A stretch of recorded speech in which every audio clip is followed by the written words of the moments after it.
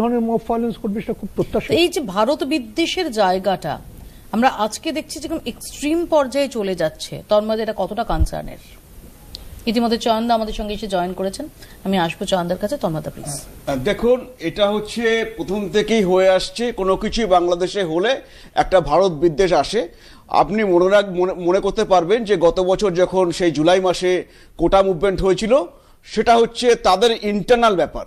সেখানে স্লোগান এসেছিল যে ভারত ছাড়ো তাড়াতাড়ি, ভারত যাদের মামার বাড়ি, বাংলা ছাড়ো তাড়াতাড়ি।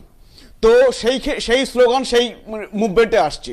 তো আপনি সেখান থেকেই বুঝতে পারেন যে যারা সেই মুভমেন্টের মধ্যে রয়েছে তাদের মধ্যে একটা চরম ভারত বিদ্বেষ রয়েছে, এবং তার মধ্যে সংখ্যালঘু বিদ্বেষ, মূলত হিন্দু। যেটা আজকে আপনারা দেখালেন যে একটি ছেলেকে পাবলিকলি একদম জনসমক্ষে মেরে ঝুলিয়ে পুড়িয়ে দেওয়া হলো, এবং অন্যরা তাকে সে ভিডিও তুলছে। তো এই রকম, এবং সেখানে এখনো পর্যন্ত যতটা আমি জানি যে পুলিশ কোনো এখনো কেস ফাইল করেনি, পুলিশ কোনো তদন্ত শুরু করেনি। তাহলে সেই রকম একটা অরাজকতার দেশ যেখানে, যে দেশে চলছে, সেই দেশের কথা বলছি।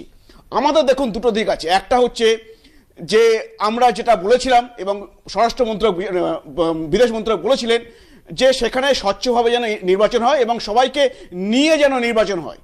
কারণ এখানে আপনি জানবেন যে এই যে 12ই ফেব্রুয়ারি নির্বাচনের কথা আছে, সেখানে আওয়ামী লীগকে বাদ দিয়ে দেওয়া হয়েছে, এবং তার মানে একটা বড় সংখ্যক মানুষকে সেই নির্বাচন থেকে বাদ দিয়ে দেওয়া হয়েছে। তো এখানে তারপরে আমরা এটাও বলেছি যে সবাইকে নিয়ে যেন নির্বাচন হয় এবং সেখানে যেন গণতন্ত্র প্রতিষ্ঠা হয়। তো তার কোনো কিছু আমরা দেখছি না।